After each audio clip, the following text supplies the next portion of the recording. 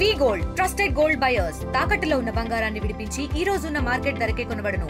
మరిన్ని వివరాలకు సంప్రదించండి 77107720. రాష్ట్రంలో చంద్రబాబు నాయుడు ఆధ్వర్యంలో నడిచే ప్రభుత్వం ఎంత కక్ష సాధింపుకు దిగజారిందో ప్రత్యక్షంగా మీరందరూ మీడియా వారు మీరే చూడొచ్చు. గతంలో నేను వచ్చేప్పుడు మీడియా పాయింట్ ఈరోజు మీడియా పాయింట్ ఎక్కడుంది?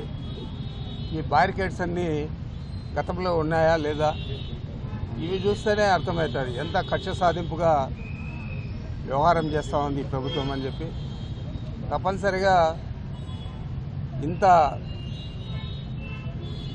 కక్షపూరితంగా వ్యవహారం చేసే చంద్రబాబు నాయుడు ఈ రాష్ట్రంలో రాష్ట్ర ప్రజలకు అందరికీ కూడా తెలిసే విధంగా నేను తెలియజేస్తూ ఉన్నాను.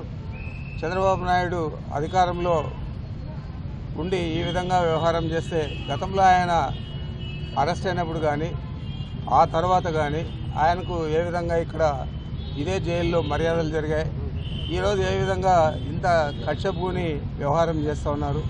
జైలు సిబ్బంది కానీ బయట పోలీసులు కానీ అందరూ కూడా చాలా కక్షపూరితంగా వ్యవహారం చేస్తూ ఉన్నారు. ఇది ఒక ప్రభుత్వం చేయాల్సింది కాదు, కానీ ఈ ప్రభుత్వం చేస్తూ ఉంది. దీనికి తప్పనిసరిగా ప్రతిఫలం తీర్చుకోక తప్పదని చెప్పి తెలియజేస్తూ ఉన్నాను. ఎందుకంటే ఎవరైనా ఉంటాడు, ధైర్యంగానే ఉంటాడు,